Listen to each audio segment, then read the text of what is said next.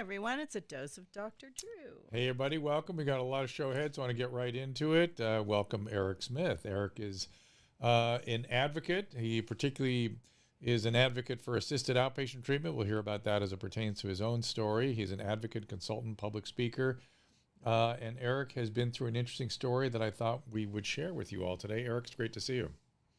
Great to see you, Dr. Drew. Thank you so much for having me back. So before we launch into the particulars, where do you want people to find you?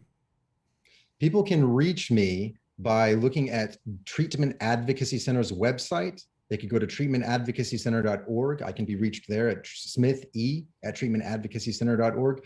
That's an organization that focuses almost exclusively on assisted outpatient treatment to remove barriers to the treatment of severe mental illness, to help get people timely and effective treatment as they need it. I am one of those people, which we'll talk about today. Right. And may I also direct people to healingmindsnola.org. That's the site at which you and I met, thanks to Janet's organization in Louisiana. They're doing incredible things also in the realm of severe mental illness and AOT. Healing Minds NOLA for New Orleans, those of you who are not from the area, has the best video series on mental illness and homelessness anywhere. If you want to understand the landscape, you can watch about 6 or 8 videos and you will understand everything there is to know. And Eric, I'm one of those videos, and Eric's is one of those videos. Indeed we are. So the origin of my advocacy, that can be found in the fact that I've been diagnosed with bipolar disorder by psychiatrists who have not seen me as a psych inpatient, and diagnosed with schizoaffective disorder by psychiatrists who have seen me as a psych inpatient. Both of these, as I know you're aware of this, Dr. Drew, but they fall under a category that's largely or often termed severe mental illness or serious mental illness. And that's important to mention because you've probably seen it before. People with some form of SMI, they might have a diagnosis of bipolar at one time or schizoaffective disorder another. It can be fluid. And when my symptoms were at their worst, that's when I was hospitalized. No problem diagnosing me with schizoaffective disorder, but none of the psychiatrists who have never seen me hospitalized do think that I have that. So it is what it is. That's just how it. And the way I would understand it for people that may not get what we're talking about here is that when people are really, really acutely ill, it's hard to come up with a firm diagnostic assessment. You can sort of have a provisional assessment. And one of the greatest sort of confounding variables that was not a big deal in your case, but is often the case, is substance use. And so substance use makes really making a firm diagnosis impossible. And then trying to say something about personality function when somebody is in a serious mental illness, inadvisable, because people can look like just about everything. And in a weird way, schizoaffective crosses between mood and personality, right? So, all I'm hearing is that you were a difficult bipolar patient. That's all I hear. There you go. And you may recall, like, drugs were part of my story, but that was no longer part of the story leading up to my hospitalization. I had been sober for several years by the time, before I was a psych inpatient for the first time. So part of the story, just not part of the story while I was leading up to the hospital. To your point, the point is well taken, but I guess what I'm saying is that, before you can begin to think about whether or not somebody has even bipolar disorder, you got to make sure they've been off drugs and alcohol for a long period of time. So let's get into the story. Well, let's first talk about how your story is illustrative of the problems today. Let's talk about that, and then let's tell your story.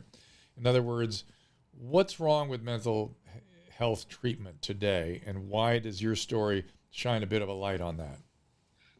It's an excellent question, and thank you for giving me an opportunity to speak on it. I think one of the best ways I can think to start addressing an answer to that question is to talk about something which you and I have discussed before, Anastagnosia. Some people might pronounce it Anastagnosia. I've heard several interpretations of it. Regardless of how it's pronounced, it is a ruthless monster.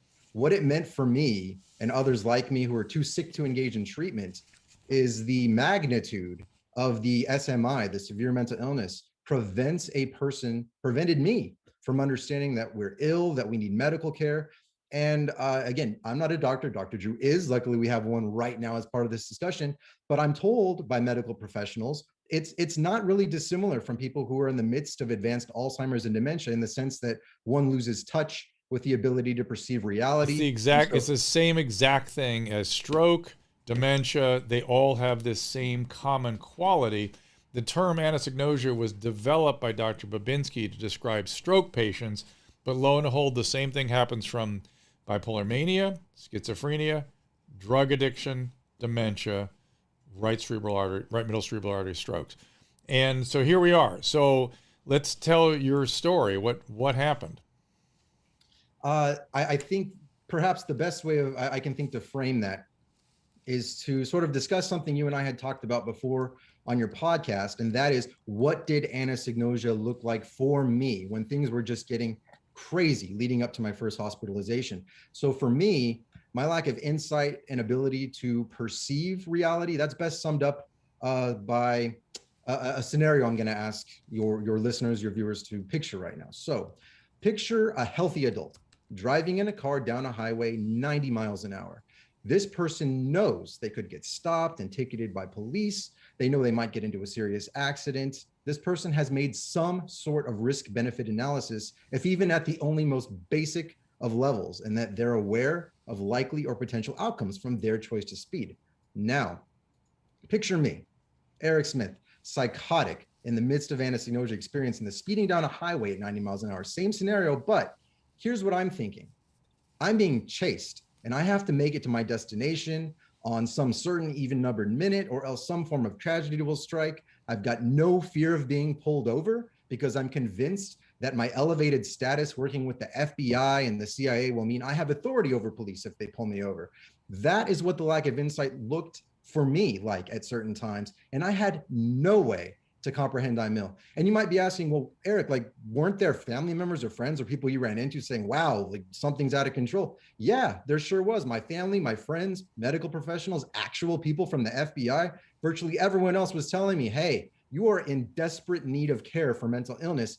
And I was sure, despite hearing that repeatedly from everyone that had something to say about it, that I was totally fine. I was simply preventing World War III from happening, and there was no insanity involved. And how would they know? You were working for the FBI. How could they Exactly, possibly right? have known it? Wow. Susan, so you've never seen this, huh, Susan? No, I know. Yeah, No, I'm just curious. I haven't seen it, but I mean, I've seen people shouting on the street, but does this surprise you the way he's telling the story? I mean, he went. I think you drove up to Quantico a couple times, didn't you? Not Quantico. It was the San Antonio FBI headquarters, but the place was a fortress nonetheless. I actually, it's not a long story, but I'll just, the gist and takeaway from it is I had been awake for several nights at a hotel business center that I was not a guest at. I thought that I was using their business center to crack codes via Twitter. I was looking all over the internet for clues about who I thought was going to be assassinated, world leaders from around the world. Then I drove to San Antonio's FBI headquarters. They were already somewhat familiar with me because I had tried to get a hold of them not too long before that about the same things that weren't grounded in reality at all. And I got there, and if you can picture sort of like a secure gate that you would expect like to get into a secure lot at an FBI building, there was that. And I drove up to it, and the guy came out, the FBI security guy, and he was like, what are you here for? And I said, like, I need to speak to agent so-and-so, which is the one person that I had contacted before, again, about nothing real, all mental illness related stuff that I didn't know was mental illness related stuff. And that security guard said, well, that agent's not here right now. Like, you can go and wait elsewhere. But again, I'm in this state of mind where I'm perceiving, hey, like I've got an elevated status. I'm working with the feds here. They need me. I've got vital information. And so I didn't floor it, but I did press the gas down on my car, and my car met the arm that you would expect like to go up if I was allowed in. It didn't go up. And I mean, looking back on that, like, I am so grateful that the FBI security guard acted, probably was familiar with me by that point, probably was made aware in case I showed up there, but he didn't even draw his gun once. He just came out and kind of looked in the car. He was like, sir, you can go and wait over there. This is a secure lot. We can't let you in. But every time I think back on that story, I really think how easily it could have been a news story of another kind. Yeah, right. Tragedy. Which happens a lot. that's what I was thinking. You're so lucky you didn't get shot. Right. Yeah. And how did you so again, everybody that you that talked to you about having mania, you told them they didn't understand because you had important information to tell the FBI, that you would crack codes, that you were, I mean, I can't tell you how many stories like this I've heard or you have special clearance at the CIA and you can't tell anybody what you're thinking, but you really have some important business, or you're working for the Mexican cartels. I've heard it all. I've heard everything. And by the way, I've heard everything from both, from 3 different illnesses: schizophrenia, meth addiction, and bipolar.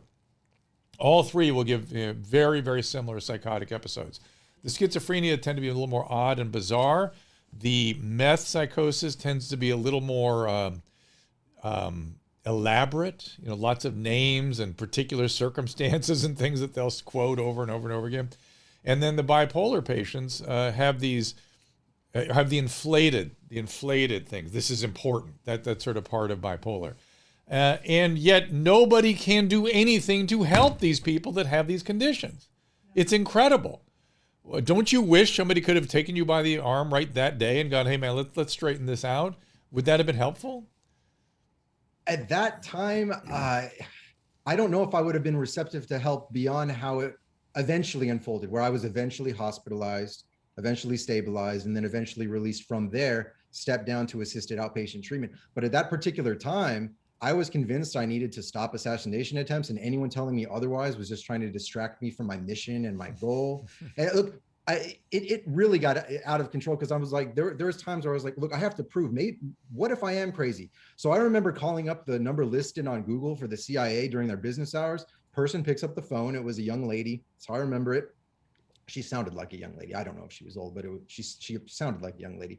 And she said, picked up the phone, like, can I help you type stuff. And I said, well, my mission is either just starting or just about to be over, but I need more information. What should I do? She said, stay put and wait till you're contacted.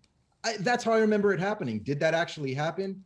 I remember it happening like that, but that's crazy. That just really fed into all of these like delusions and hallucinations, like, oh, I am really helping them because I was just told, like, stay put and I'll hear from them at a later time.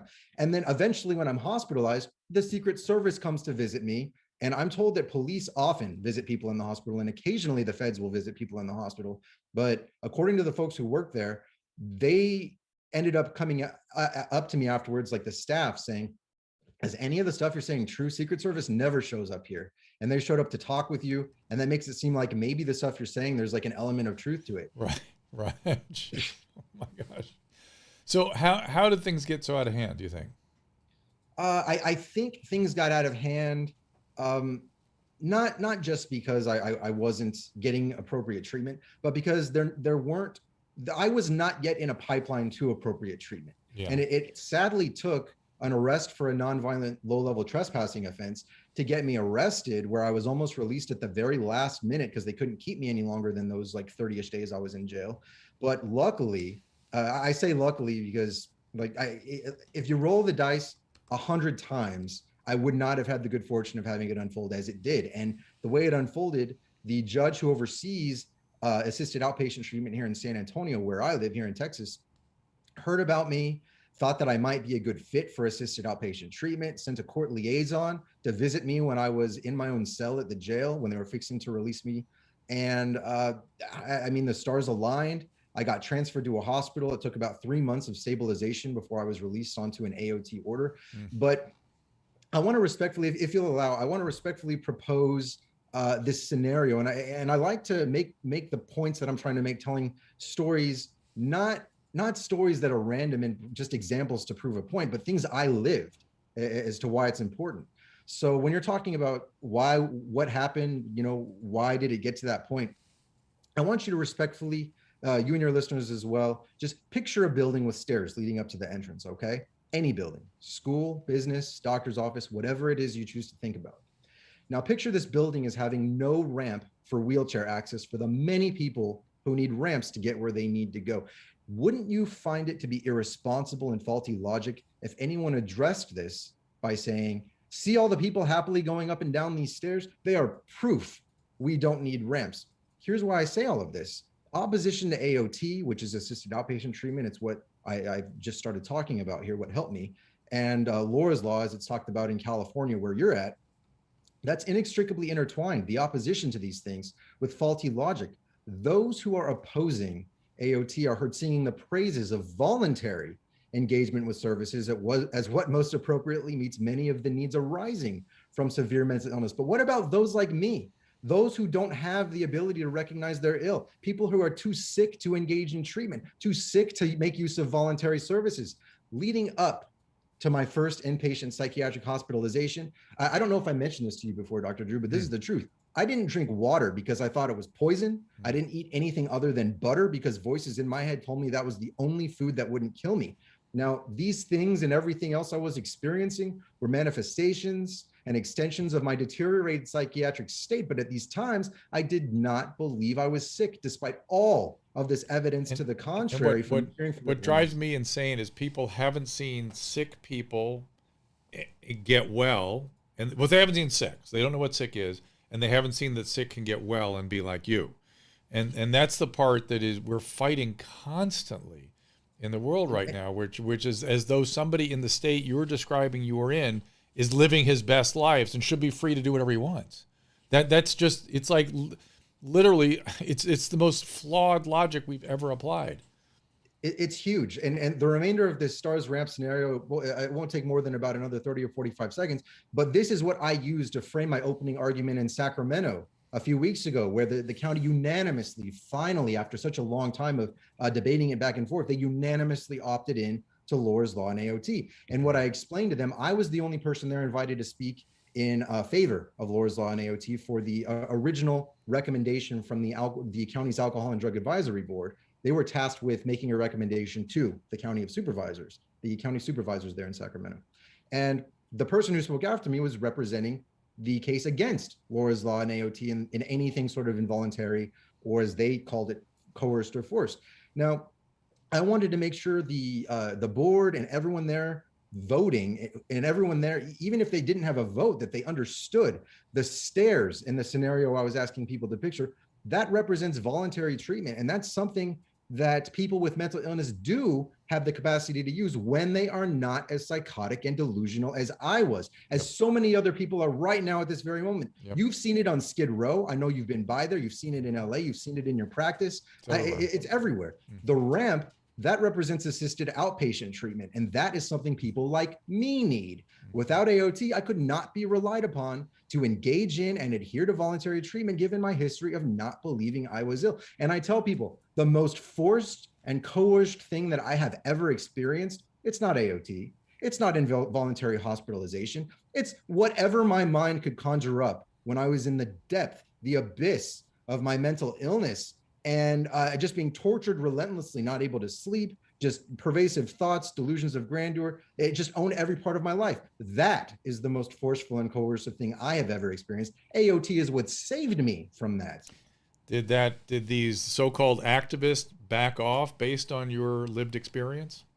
They did not back off. And in fact, I want to clearly say here, and I also said it during the hearing, like, I don't think the people who are in the opposition, I don't think they are bad people. They all present as very good people. They don't quite understand the needs of the population like me. And from that, they have sort of a skewed and incorrect understanding of the needs of people like me in the population I'm in. Oh. So I said in the part of the testimony, I said, look, I want to advocate right alongside the opposition today for the same types of services and resources that she's advocating for, that her organization is advocating for, but I will do so while knowing there is a need for AOT. This is not an equality issue. It's not an equality issue. You can't expect great results if the same services you're giving to people who, let's say, have some sort of non-SMI type diagnosis, and expect great outcomes for the people that do have some severe SMI diagnosis with Anastagnosia. It needs a different approach, and AOT is largely that approach, what helps build that.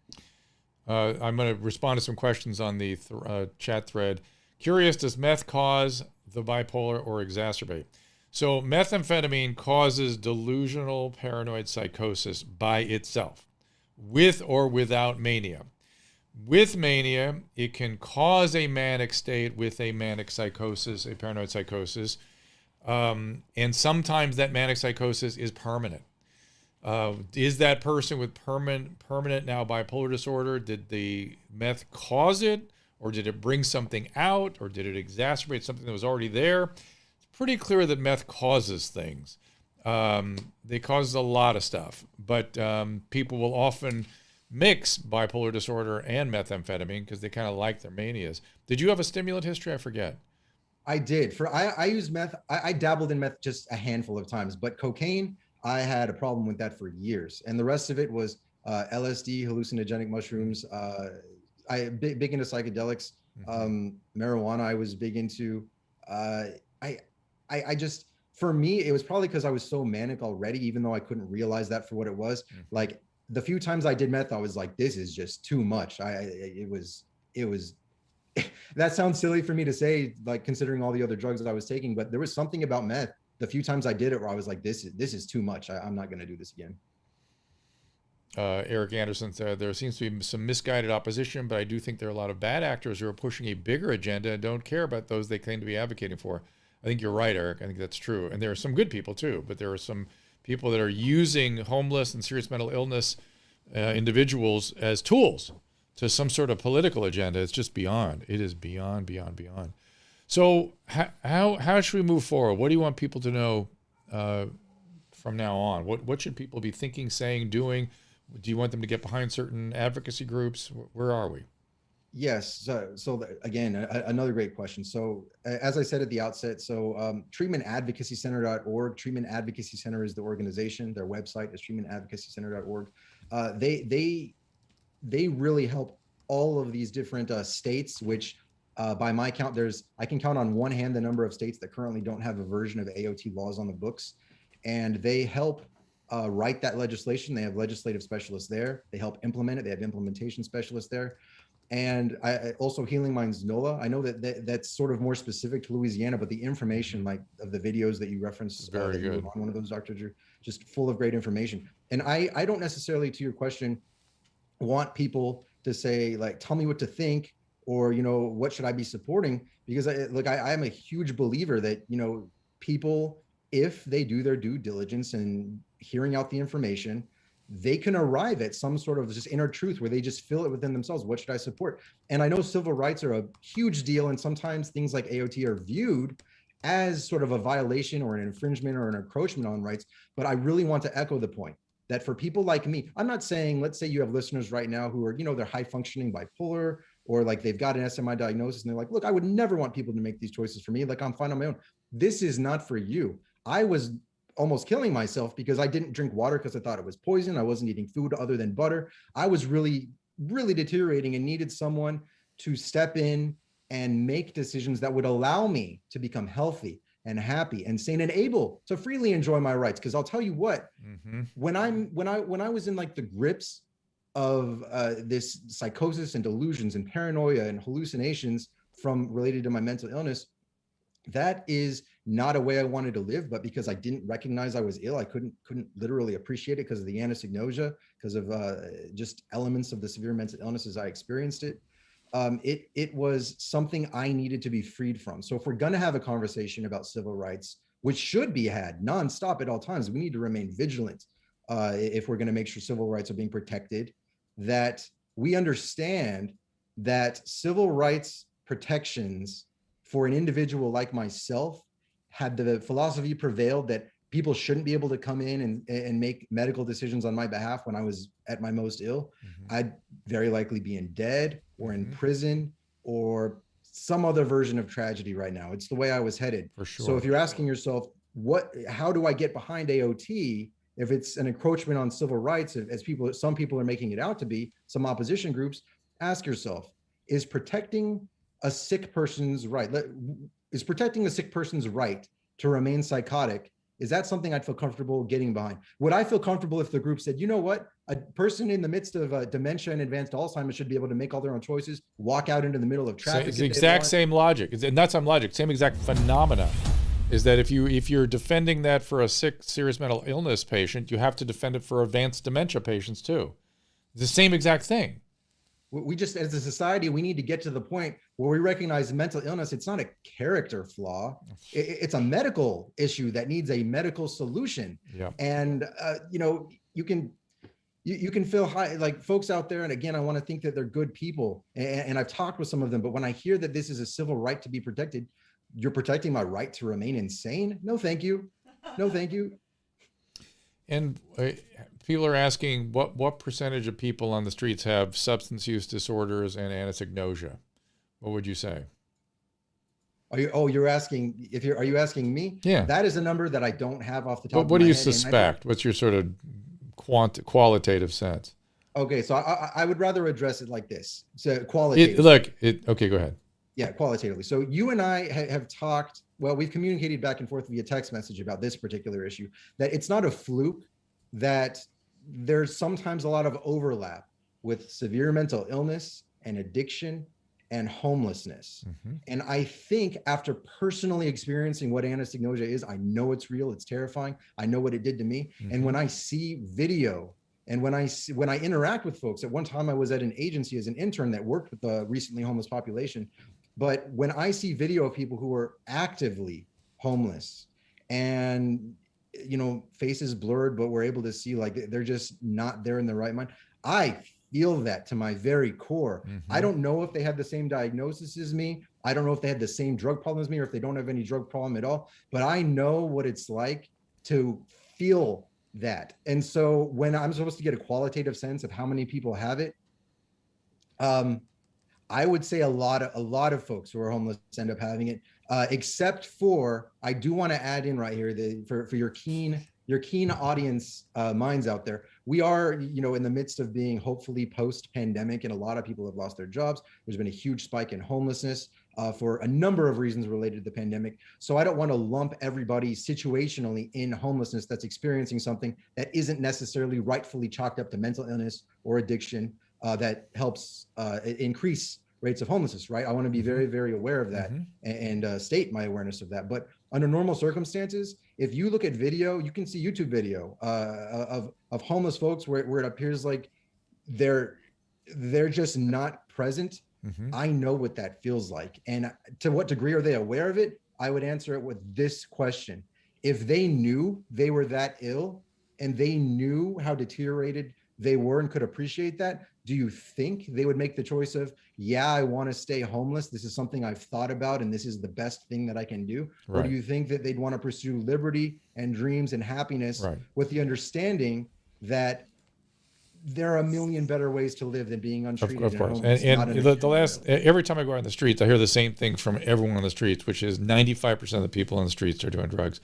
And this last time I went out, I realized that the historical sweep of homelessness is all about the story of alcoholism and addiction from the beginning. In fact, the Union Rescue Mission was designed to pull the wagon up to the bars to put the alcoholics who wanted treatment on the wagon. That's where On the Wagon came from. And they would pull them into the treatment center and they would struggle with their alcoholism and homelessness. And then it went from that to other drugs. And then in the 80s, they developed this housing first concept to essentially deal with addiction because they didn't know what to do with the addiction. They didn't want to call it addiction anymore for some reason. And when I go out on the streets, it's why it bothers me so much, because it's so obvious that it's all substance use disorder. Wherever you look, they're my patients. I know how to treat them. This is not it's not that difficult, but left where they are, they will die. It's a progressive illness that ends in death. And if they had dementia, Dr. Drew, if they had dementia, do you think that there would be people trying to prevent you from giving them the treatment and care? They would call you elder abuse. They would call a victim guilty of a crime if you didn't rush in and help that person. Yet the same symptom complex from a different diagnosis, hey, don't touch them. It's really pathetic. It's disgusting is what it is. And Eric is so intelligent. Like, these are intelligent. Yeah, they're great people. That's really why smart people. That's why it drives me crazy. Who are just lost in the That's why I like working with them. They're wonderful. They're smart. They're interesting. They're the stories you came up with in your brain. Oh my God. She likes your rich imagination. You must have really liked like sci-fi and. No, Susan. That's you understand. That's a typical delusional psychosis. Eric, I guarantee you, FBI has guys like Eric coming to the door all day long. Oh my gosh! All day long. I know they email me a lot too. Whenever you hear FBI, cartel, special, messages from the TV or from satellites, these are all delusional systems. The brain isn't working right. Yeah. But the person is totally convinced of it. But I mean, it's just amazing how intellectual, normal people can just suddenly. Well, this is what people fall off the wagon. This is why people don't understand. The thinking is the problem. They were so used to relying on thinking in our world, in our healthy lives, that we don't understand what it means to have thinking that is disturbed, that is ill. and that it serves. In addiction, the thinking is off all the time. It's often a different way than in delusions or psychosis, but it's off, and the thinking becomes the problem. And so you don't get into conversations or logical, or conversations about, these are symptoms. They're just symptoms. It's like arguing with a fever. So, Eric, can I ask you a question? Just because I may have missed it when I had to run downstairs. How old were you when you ended up, becoming more out of control?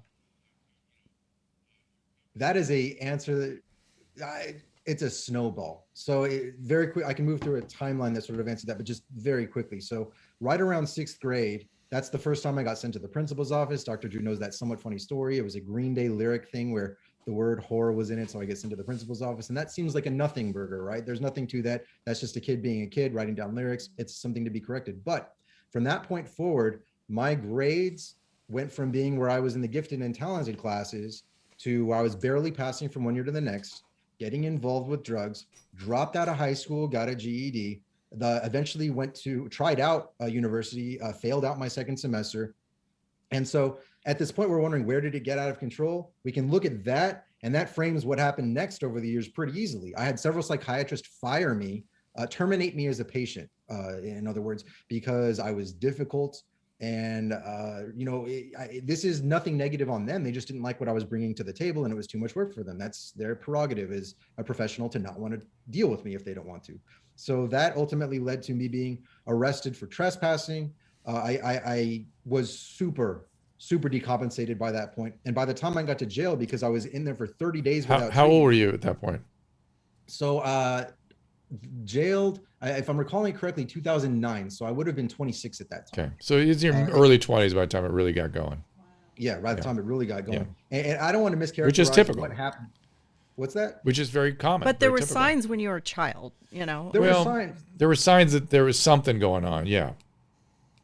And to be fair to Susan's point, I was being seen by a psychiatrist for the majority of that time. And sometimes I would, after a few years of one psychiatrist, I'd go to another one. After a few years, I'd go to the other one, because I wasn't seeing resolution. But in their defense, if I can, defend them, your listeners, you're both hearing right now, you as well, Dr. Drew and Susan, how difficult and how out of control the situation really got. And even by the time I was hospitalized, I was a handful for them. Mm-hmm.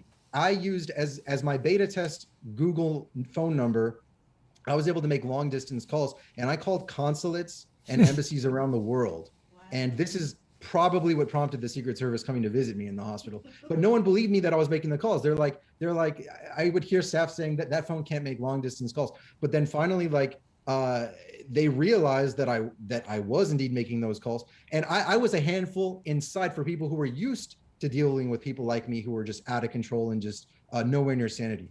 So, yeah. When did it get out of control? All the way. But the other thing to make note of, let's wrap it up with this, is it takes time to recover. These things takes time, like years to really recover. What's your sense of a timeline for recovery, and what happens in AOT? What goes on in AOT? Sure. So I'm not I want to be clear to your listeners, this, I'm not a medical or legal expert. I do advocate on behalf of AOT, but from the literature I've seen from the experts, they see that at minimum of 6 months, that there are statistically significant differences in better outcomes. We talk about non-recidivism, not ending back up in an ER, all of these various different measures that show, has this been effective? So I was on the orders for 3 different ones over a period of a few short years, because those orders resulted in, at some points, medication not working, until I finally got to the one I'm on now. I've been on for about a decade, and it's now the only psych med I need. So what it looks like for everyone else is going to vary, but we do know that at 6 months, it starts to be major improvement in outcomes. Right. And I also want to mention here that there was data that was just released for the people who are wondering, well, what about, maybe Eric is a fluke, what about the people who don't want AOT? I will tell you that the information that was recently released, this was worked together with Treatment Advocacy Center, this information is that more than 90% of the people who went through AOT, like me, ended up reporting that they were, highly satisfied or satisfied with the service. And most of them don't want treatment when they start. That's just, when people come to treatment for me and drug addiction, They don't want to be there. The court sends them, their family sends them, the police send them. Somebody sends them somebody in for treatment. That's why they come to treatment. They don't come to treatment because they all of a sudden have an insight one day. That almost never happens. Now let's clarify to that point. AOT is actually a civil proceeding, and a lot of people have a problem with courts and judges and all of that because they feel like they're being treated like a criminal. They don't want authorities in their life. I want to make very clear, AOT is a civil proceeding, and the judge who was involved, I'm still close with him. I've spoken at conferences with him around the United States. Wasn't he one of the speakers in the NOLA series? Judge Kazin, Oscar Kazin, he was in that series. Yeah. And he and his team went out of their way to make sure that we did not feel like criminals. And that started with the optics from the very get-go. The second I went in. That's a really important point, Eric. Eric emphasized that because I think knowing that the legal team is on board with the mental health treatment side of it is a very important piece. What happens in AOT? What kind of treatment do you get? Sure. So the treatment that I got, the first thing people might think of is medication management. That's just a given. I needed medication management. I eventually got to the right meds that worked there. But what people may not know about the type of services involved is the social worker aspect that was involved as it was with part of my team. And keep in mind all of the failure and turmoil I'd experienced right up to that very point. And then right as my AOT order was about to terminate, the judge said, Eric, you're doing well in this program. The order is going to terminate. What is it you want to do with your life to see if we can help set you up with, goals and pursuing your dreams and your happiness and all of that. Mm-hmm. And I said, you know what, I'd really like to take another shot at school. And at the time that meant I wanted to be a chemical dependency counselor. So the judge, upon hearing that, sets aside time for my assigned social worker to drive me down to the college to meet with the school's student disability advisor so I can get set up with the accommodations I need to have the best student experience possible. And that's just one story that represents many instances wherein the support is all there. We've got a judge, a psychiatrist, a social worker, a nurse, an attorney to making sure my rights aren't violated, a court liaison. Yep. These people are all greater than the sum of their parts, because I will tell you, and it's something I often say, collaboration often makes things better and rarely makes things worse. AOT is an example of collaboration. Especially with mental health treatment. The reason those two psychiatrists let you go early in treatment is they needed a team to treat you. The mental illness cannot be treated one-on-one. When it gets bad, you need a team of people surrounding and capturing and holding and managing the patient. It's just too powerful a phenomenon for one individual. You'd have to literally be, handcuffed to you all day in order to be of use, and you just can't do that. That's why we have 12-step. That's why the community is so important in 12-step. People from the community will sit on you all day because they've been there. Somebody did it for them, and they will do it for you. So yes, and thank you. And it's as sort of like towards the end, final related point. So I was quoted in the New York Daily News this week, and the article was not about assisted outpatient treatment. It was about bail reform in New York, and it was almost it was almost a case study of one individual who very clearly had diagnosable mental illness, has been given medication for it, and also had a history of addiction. And the story itself, though, was about bail reform. Mm-hmm. And the way I fit into that is one of the journalists reached out to me who wrote that story and was like, what else could be done? And my point was, I consider elimination of bail for low-level offenses. Of course, that's progress of some sort, but no reasonable person is going to say an elimination of bail somehow translates into treating mental illness. It's just one step towards that way. So if we're talking about bail reform for issues of better addressing issues of mental illness and addiction, fantastic. You're not charging someone bail anymore. You're not holding them to that. But if the goal is to punish them and have them keep coming in and out of the criminal justice system, keep at it. But if the goal is to have that person live a better life, be a productive, functioning member of society where they can live up to their full potential, it's not a matter of bail. It's a matter of care and treatment. Right. That's right. Well, Eric, listen, it's always a privilege to talk to you. Keep fighting the good fight. Thank you so much for telling your story here. Is that the right? It's Smith E at treatmentadvocacycenter.org. Is that correct? That is correct. That's an email that I get with Treatment Advocacy Center, as the name says. That's, again, the organization that works on assisted outpatient treatment nationwide. All right, my friend. I will no doubt talk to you very soon, and let's keep the conversations going. And I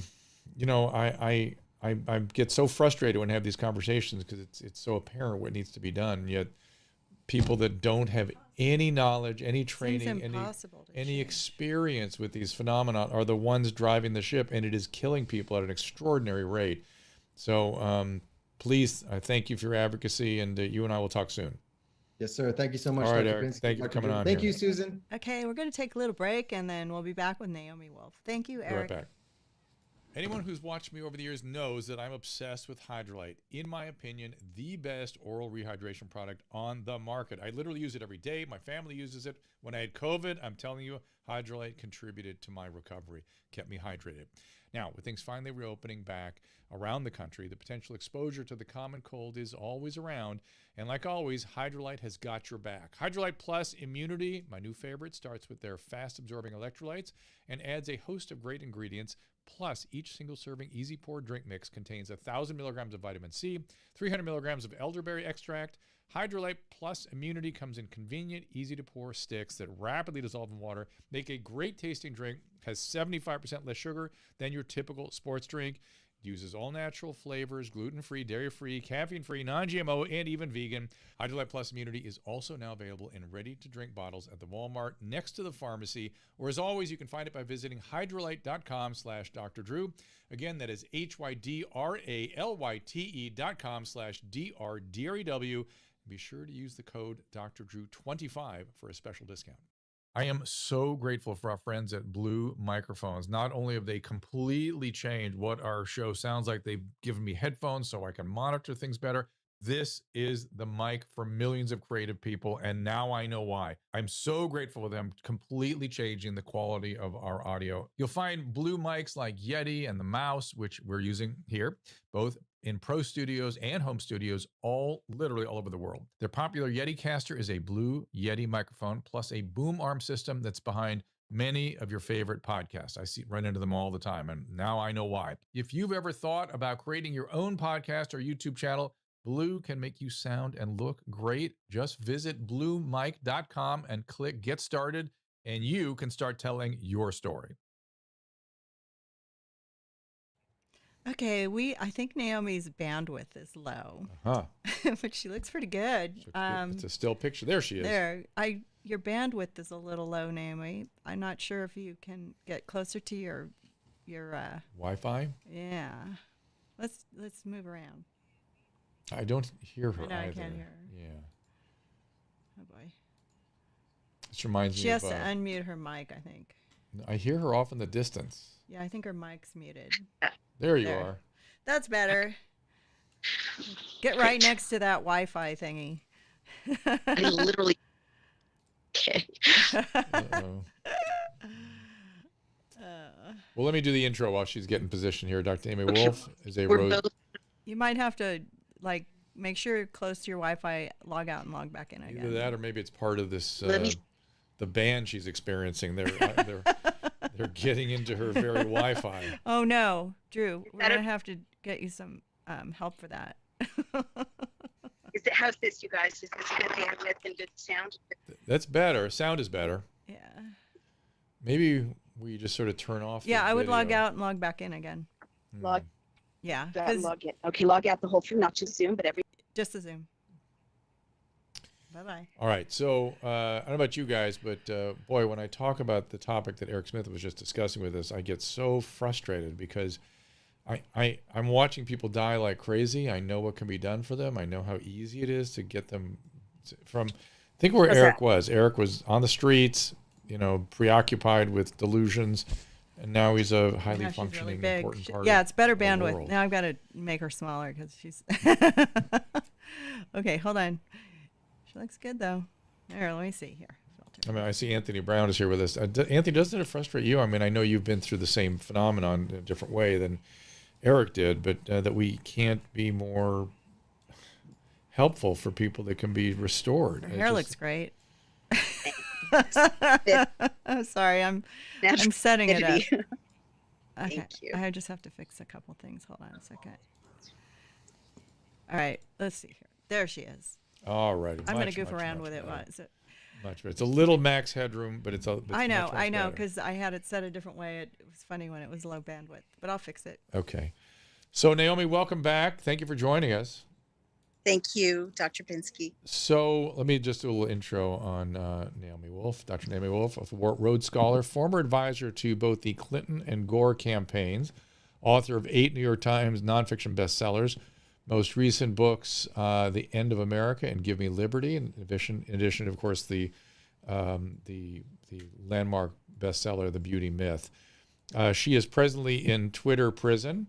We'll talk about that in a minute. And I call it that. That's we've been there too. Not Twitter, but YouTube. We've been in various social media prisons for various reasons. Yeah. And just thought I immediately want to know what happened when I hear that, and I want to give somebody a chance to speak when they've been silenced. It's bizarre to me. I immediately have an instinct to talk to you. Before we talk about that, though, talk to me. I don't think the 5 freedoms had fully formed when I last spoke to you. Can you tell me about that? Sure thing. And thank you for asking both of those questions. Can you hear me just fine? Loud and keep clear. talking. We do. Wonderful. So the 5 freedoms is a wonderful campaign that citizens have launched on our democracy boosting platform, Daily Clout. And it's really basically to get back our constitutional liberties as Americans. So it's no vaccine passports. I'm not anti-vaccination, but a lot of Americans are concerned about medical coercion, which is illegal in the United States. It's no mask mandates. It's open schools now. A lot of parents are very worried about, you were talking about mental health earlier, and, children's mental health crises and disorders are really spiking because of these unnecessary lockdowns, unconstitutional lockdowns. It's freedom of assembly. Millions of businesses around the world, hundreds of thousands of businesses in the United States have had to close, again, in violation of our First Amendment rights to freedom of assembly, property rights, freedom of movement, which is guaranteed by international law. And lastly, end emergency law. In California, Gavin Newsom just announced that he was extending his emergency powers after June 15th. Indefinitely. Just because he wants to. Indefinitely. Yeah, indefinitely, exactly. And in Canada, they had the same, fiat from an Ontario, leader saying he's just not going to give back his emergency powers. 48 states now in the United States are running under emergency law, including the state where I live. And this is not America. The definition of a police state is emergency law. So we've been working with wonderful state legislators across the country. We're nonpartisan. It's about freedom. It's about the Constitution and human rights. And these fantastic state legislators have been passing, like every day you read, Texas is ending restrictions. Kids can go back to school in Florida. Governor DeSantis is fining people for medical coercion around vaccines and vaccine passports. The Biden administration backed away from saying that they were going to demand vaccine passports. There are setbacks as well, but the pressure from citizens, moms and dads wanting their kids back in school, people whose kids are autistic or have Asperger's or hearing challenges, who know that their kids can't learn social emotional intelligence if everyone is masked and there's no science to support it. Business owners who just want to open their doors and serve their customers, and there's no evidence at this point that closed states do better than open states, that closed countries do better than open countries in terms of illness and disease. So and just ending emergency law because we're Americans. That's not what the founders set up. They did not set up a police state. So that is the 5 freedoms. If you want to join up, we'd love to have you, everyone out there, and you guys. What happened in this country that a Naomi Wolf, who was actively supporting a Bill Clinton and an Al Gore, suddenly finds herself outside of I don't know what? How are these merely advocating for freedom somehow anathema to what you were advocating for on behalf of Bill Clinton and Al Gore? Well, that is a wonderful, important question, Dr. Pinsky. I have not changed. I wrote The End of America in 2008 and warned at that time, it was the Bush administration, that the Bush team was doing things that would lead us closer to tyranny. That trend continued, I'm sorry to say, during the Obama years. It extended into the Trump years. I mean, tyrants are going to tyrant. You know, if power is unrestrained, and the people don't push back, any party grabs more and more power, more and more emergency control. But we've reached a kind of breakthrough point with the pandemic, very real pandemic, certainly now endemic from all the data, but you know, a very real medical emergency was kind of hijacked by a bunch of people who wanted to exploit it for their own purposes. And a lot of people made billions of dollars by enforcing these unscientific lockdowns and restricting our freedoms. And so what has been really awful is that there's a gigantic propaganda campaign that has tried to rebrand liberty as racism, or rebrand liberty as selfishness, or rebrand the desire for freedom and human rights as, you know, individualism at the expense of other people. And honestly, I have to tell you, a lot of that influence is also from one of our adversaries. You know, the Chinese Communist Party is a totalitarian superpower. They want to weaken us. And a lot of money has been documented, flows, media outlets, blogs, platforms to help rebrand American rights and liberty. I wonder if they're as in a very Marxist way, as kind of bad for a lot of money, by encouraging us to be ashamed of wanting to be free. Yeah, and I'm aware of they're increasingly documented, the campaigns in social media by the Chinese Communist government. If you go on Clubhouse, if we went on Clubhouse and had this conversation, somebody from the Chinese government would show up in the Clubhouse and start defending. We heard it. Yeah, we heard it happen. Really? Yeah, and it's kind of uncanny. They have warehouses of people just with hundreds of phones in front of them, looking at, responding to or amplifying this exact message you're talking about. I mean, we know it's happening, and yet people are feeding right into it. It seems like I don't know. Well, I'll jump in there and say, like, lockdown is perfect for creating an echo chamber in which people can't correct massive propaganda coming at them. For over a year, we've been isolated. We've been told we can't get within 6 feet from each other. Kids have been kept home from school. In Britain and Canada, in New York State for a long time, people couldn't even gather in a bar or a restaurant to have a drink and have a chat. And so what that does is it keeps us from doing a reality check with one another. And it keeps us from, having a culture of Americans. And the culture of Americans is a free society with an instinct against tyranny. And so lockdown managed to kind of police us and melt our culture so we could not touch base with one another and remind each other that we're a free people. And let's be clear, the whole notion of lockdown, the notion is not a doctor-driven idea. It's not in an infectious disease textbook somewhere. It was invented in Wuhan, China by the Chinese Communist government. And I've said this before in this stream, that it looked like, and it was why I was so upset when the press started demanding that we follow these lockdown measures, it looked to me like either they had rehearsed this as sort of a response to a leak at the lab, like they had a rehearsed sort of procedure they were going to go through, including trucks with chlorine running down the street and all this stuff. Where'd those come from? Those were ready to hand, it seemed like. Right. Or they were trying to hide something. That was not medicine. That was not non-pharmacological medical intervention. That was a maneuver. An emergency maneuver, maybe rehearsed in anticipation of any lockdown, any breakouts from that lab. Maybe that's what they figured they would do.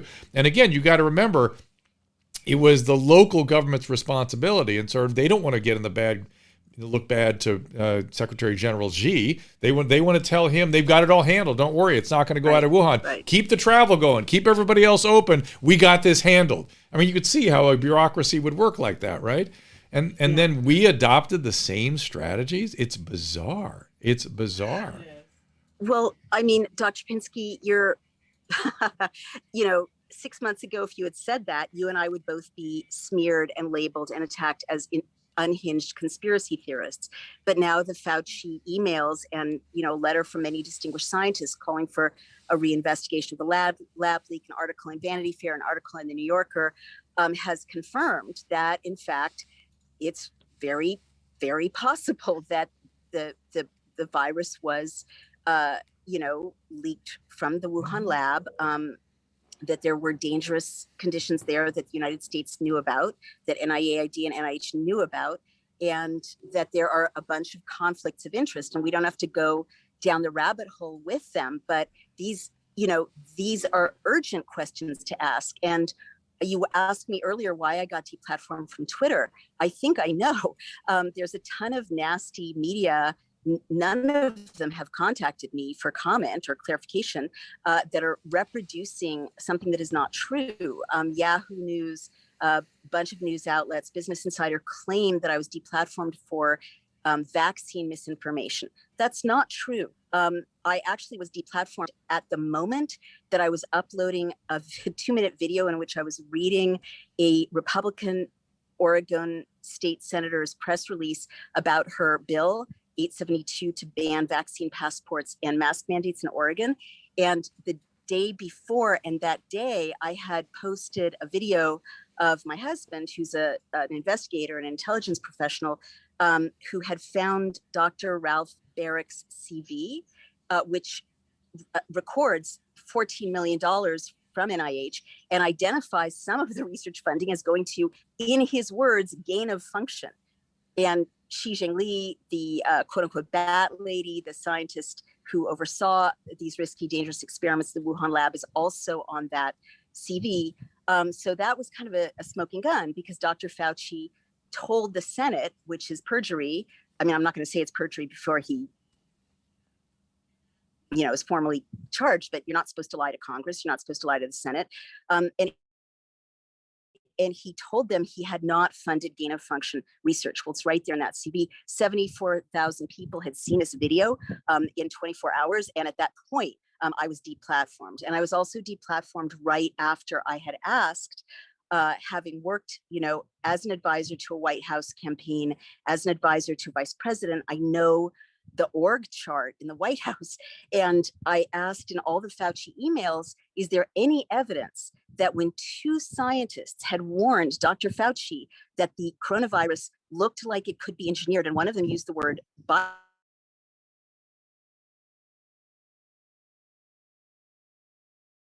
bioweapon, President's chief of staff warned them so they could alert the Pentagon, so they could alert the State Department, which is what you do when there's a possible bioweapon or engineered virus that might be reaching our shores.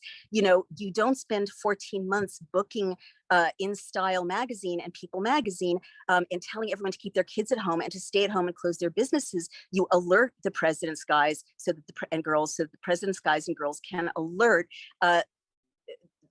the State Department, the Pentagon, to what may be a national security threat. So those were the questions I was asking as a former political consultant, as someone, formerly married to a White House speechwriter, now married to someone with many years in military intelligence. And everyone who's worked at the White House knows that Dr. Fauci should have done that. So at that point, I got deplatformed. And I think it's a conflict of interest that Dr. Fauci's daughter works for Twitter as a software engineer. Oh. So I think there's a tangle of conflicts and very serious issues that I raised that led, that I don't have a smoking gun, preceded my deplatforming. Interesting. And then they've tried to smear you, all the different sort of traditional press outlets. There's nothing new with that. I hope you're writing everything down as it occurs, that you'll publish something eventually about these experiences. Is that coming? Certainly. Yeah, I absolutely. would And hope. I'm, they tried, it's really sad as an American and as a journalist. It's tragic to witness this. It's really it's not fun sad. to be part of it, but I've been through it before. But it's tragic to see what's happened to journalism.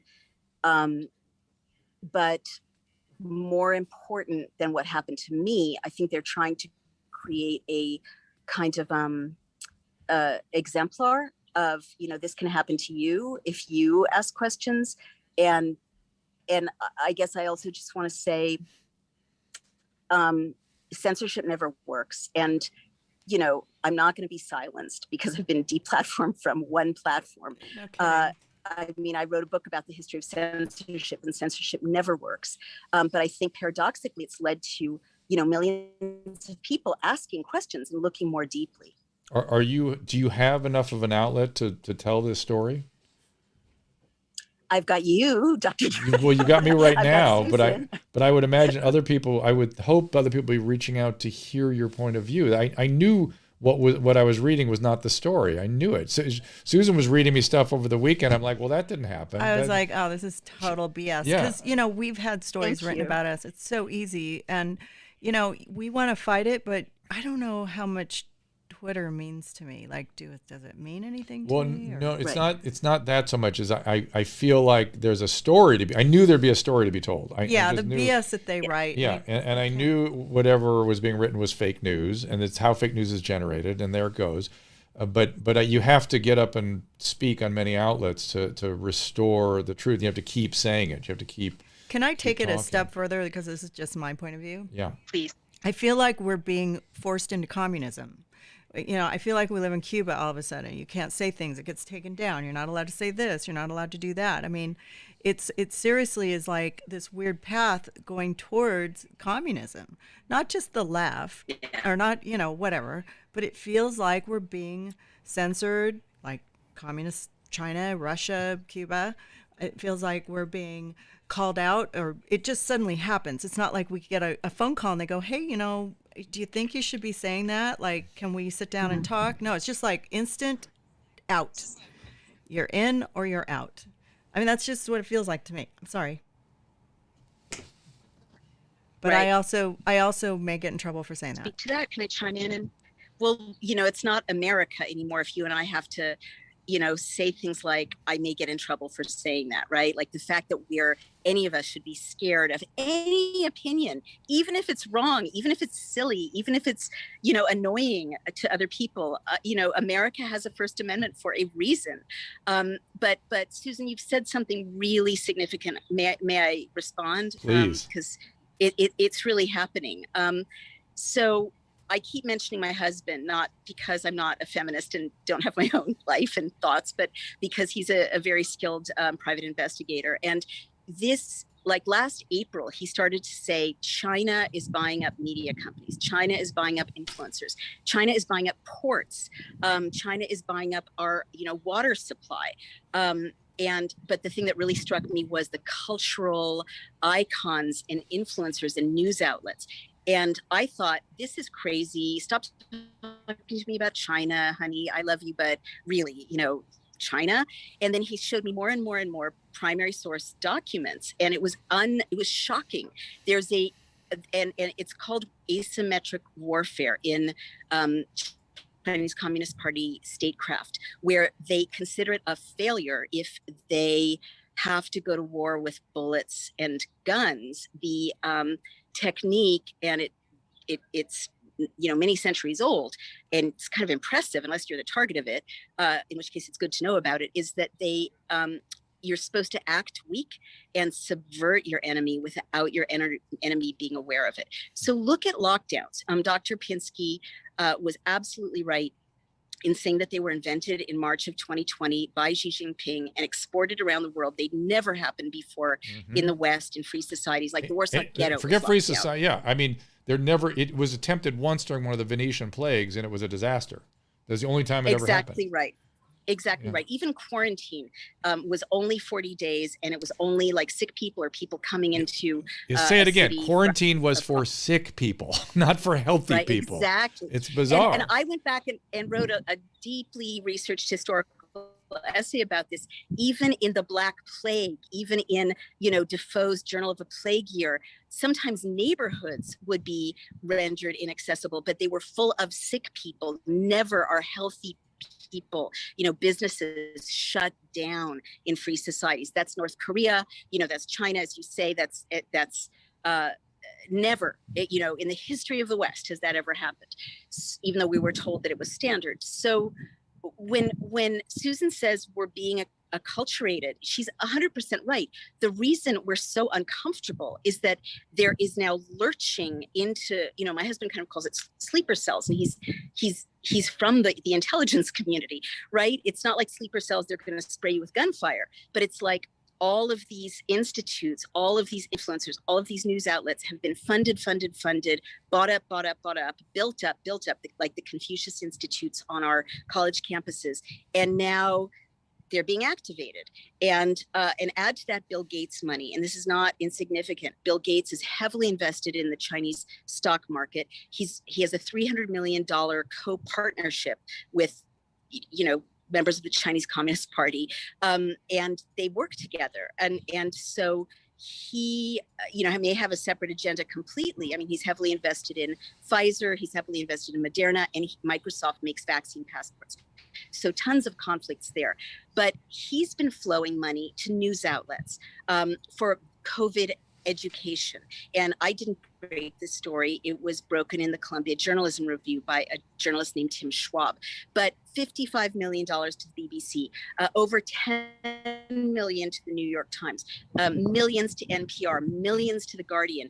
And you and I and Susan all know from knowing journalists and being part of journalism, that is the difference between survival and failure. Like, journalism has been on a knife edge since it lost its business model. So here's Bill Gates saying, I'm going to give you millions of dollars to just, talk about COVID education. These news outlets can't not smear me, right? If I've been a consistent critic of Bill Gates, they have to. They can't say the pandemic is over. They have to keep going. They can't say, there are possible side effects with vaccines. Their hands are tied. And lastly, $1 billion in the last stimulus bill went to overcoming vaccine hesitancy. I'm not anti-vax, but it means that if someone like me is reporting on multiple accounts from women of menstrual disorders, dysregulation, won't go into detail, but terrible problems with female cycle health, then I become a public enemy and I have to be shut down or smeared or undermined. Let me interrupt you. Let me interrupt you at that, sure. Because that part is actually, I have two grave concerns that I want to put a fine point on that maybe you can use in your campaigns. I am too, I'm very pro-vaccine. I've had the vaccine even though I didn't need it because I had bad COVID since I last talked to you, and I have antibodies. Right. So one of the concerns is, as a practicing physician, one of the great ethical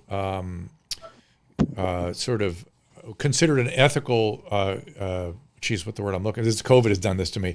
One of the lines you never cross is unnecessary medical procedure. And you could argue that giving COVID to somebody that's giving vaccines to somebody that's had COVID is an unnecessary medical procedure that may be not only unnecessarily exposing somebody to risk, but unnecessarily using a vaccine that could be sent overseas for people that really need it. So unnecessary medical procedures is a grave area of concern for me. You still with me? You've frozen here, your face. Did we lose her, Susan? I think the CCP has had enough of us. Low bandwidth. No, she just has low bandwidth. All right, there we are. She is. We're gonna have to get you medication, Joe, if you keep saying that. Did you hear what I said about? That's funny. I heard everything. Okay. The other thing is informed consent. The fact that you've been. Can you hear me? I hear you now. Yes, but the fact that we have been obscured, or some of the public has been obscured from seeing the risk-benefit analysis of the vaccine, that's the opposite of informed consent, and that's gravely concerning to me. That we are supposed to be giving people informed consent for the vaccine and not engaging in unnecessary medical procedures. Both seem to be deeply violated in the current vaccine policies. Even though I want everyone to get vaccinated, I don't want these ethical violations to be overlooked. Right. Well, Dr. Pinsky, I'm really happy to hear you say that. And as a as someone in the medical field, I think it's very courageous for you to say that, and Susan too, if she's raising these questions, because scientists and doctors and public health officials like Jay Bhattacharya, Martin Kulldorff, Sunetra Gupta, the signers of the Great Barrington Declaration, have been hounded and attacked and deplatformed also for saying things like what you're saying. And I do want to talk about medical consent. I, again, am not anti-vaccine. It's an easy way to dismiss people. I am, as I've said elsewhere, pro-HIPAA, which is medical privacy, pro-Equality Act, which means you can't discriminate against people on the basis of pregnancy or sexual orientation, or, if they're or age, or any kind of medical treatments they might need, diabetes, etc. I'm pro Fourth Amendment, which protects our privacy. And you mentioned this really important aspect of the Nuremberg Code, which is not to experiment on people without their full consent. And it's illegal. I don't know if it violates Hippocratic Oath. I'm sure it does. Not to do no harm. And by the way, if people want to suspend those ethical considerations, tell us. There's been a general "you can't handle it" attitude by public health, and that's actually bothered me more than anything else. If they want to suspend, if they feel that there's a greater ethical consideration afoot, that they want to suspend these ethics that we are talking about, tell me. Right. That's fine. Right. Make that argument. That's a viable thing. I'm okay with that. But if you don't make the argument, those ethics stand. And also, doctors are in a terrible position, right? Because unless they violate their oath or violate their ethics, they can lose their licenses if they don't do what they're told around this. But I want to raise two more quick points. Two more quick, and then I'm afraid I've got to wrap it up. So two quick ones, and then I want to get back together with you again. We're leaving the country for a little while, actually. Oh, wow. Whoever's monitoring us from wherever. If we come back. Yeah, if they let us back in. But it's not China, just by the way. Yeah. But I do. It's interesting. Since we last talked, things have evolved, and I feel like they'll keep evolving. So finish your last 2 points, and then we'll kind of wrap this thing up. Oh, I'll stick to one. Just about informed consent. Children can't consent. And I wrote a piece in the European Human Rights Law Review about how you can't get breast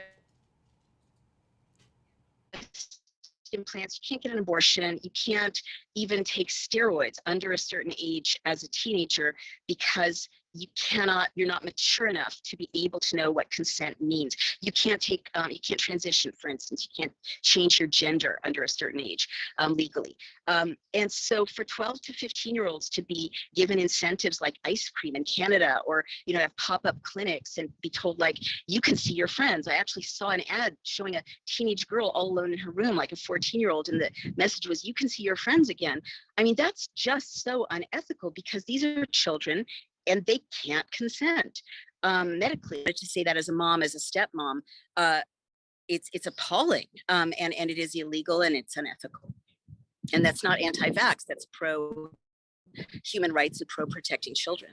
For me, it's pro proper practice of medicine. I don't understand what happened. You just wrote a book about consent, so yeah, it's really something. But Naomi, listen, I want to keep talking. I hope if you need a place to come and spread the word, you'll. Thanks for popping in at the last minute. Grateful for you both. I really am. Thank you for the and I can't wait to read what you're thinking about all this when you've sat down and published something, or not even published any pre-published thoughts. I'm anxious to read and hear, because I feel like your thinking has evolved. The circumstance has evolved.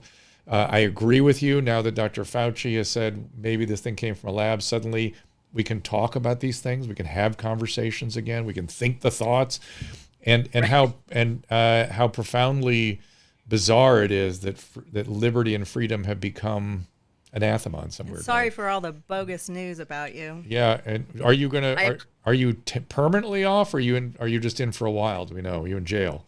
Well, they don't tell you, and there's no recourse. Yeah, I know. And We've been there. It's like China. Been there. Exactly like China. So I assume I'm off, but it's I'm just going to keep speaking out on other platforms. Nothing's going to silence people like all of us who are on the right side of history. Have you thought about going over to Locals, this Locals platform, which is no, I haven't heard about that. We got it. I'm going to get you some information about that. So thank you. I'm on Gab and Rumble and Telegram now, for anyone who wants to find me. And please check out dailyclout.io, the 5 Freedoms campaign. All right.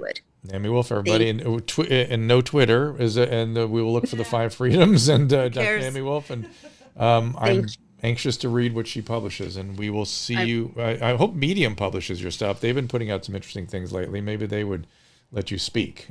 For crying out loud. God bless America too. All right, Naomi, thank you so much. We'll talk soon. Bye-bye. Bye-bye. And I actually have to run out the back door here. I've got to do something for my old friend Tom Sizemore, which I'm really looking forward to. But Susan, thank you for setting up Naomi. I'm so glad her sound came through. I was like, she's got. Again, you can agree or disagree with what she has to say, but you cannot silence somebody like that. I know. By the way, this is somebody who is a lifelong liberal, who is advocating for nothing but freedom. That's her whole thing. And maybe as any of us do, she becomes rhetorically excessive. Fine. I think she was joking around on Twitter too, but whatever else was going on, we didn't see that because whoever reported on her didn't know. Well, I didn't know her husband was an intelligence officer. Seriously, there was a lot more behind the story than that. And their husband being an intelligence officer, the fact that Dr. Fauci's daughter is an executive, a programmer at Twitter, the fact that her husband has been working on some of the China infiltration, that's all fascinating material to me. And things that should be heard. Somebody should be listening to these things. Well, Susan, have to put some of this out. They're undermining the smart ones. It's just amazing. It's like they're trying to make us all dumb. We need to put some of this out on TikTok. Maybe when we're have Jordan look at it. Yeah, I forget how he gets it on my thing so I could chop it up, but I'll go do that. Just make him watch it. Jeez. All right. Well, listen, I have to run. The Tom Sizemore, yes. Right or left, we want to just have the facts. You know what I mean? No, I don't. It should not be partisan. It should not be partisan. No, not at all. But thanks, everybody. We'll be back tomorrow with an Ask Dr. Drew at 3 p.m. Pacific, and we'll be just taking Clubhouse callers. And Leopold says, please have her back, which I agree. We need her back. Yeah, we will. We will. But we're going to be gone for a little while. Yeah, I guess we could do it in New York we could do it on Friday and get her back kind of thing. No, we'll be back in a couple what we could do? weeks. We could put her on Clubhouse tomorrow. It'll be fun just to see. Yeah, I'll let her know about it. We'll see if she wants to pop by. Yeah. We could make it about her. I mean, that's what I'm saying. All right. Yeah, Drew loves to produce when he's sitting in front of the camera. I like when somebody has something to say that I think it's important and interesting. It needs to be said. So you're going to see Tom Sizemore. I might. You see your friend Heidi too. Yeah, make sure you just hook him up for a show when we get back. Okay, your buddy Heidi. Maybe if I get there soon enough. I hope he's doing okay. Tom. I lost my After Dark mug banner for the outro. I'm so disappointed in myself. The Rational Recovery guys. Come on. It disappeared. We'll go to what is it? YMH. Oh, here it is. Rational Revolution. Okay, good. All right, thank you so much, everybody. We'll see you tomorrow at 3.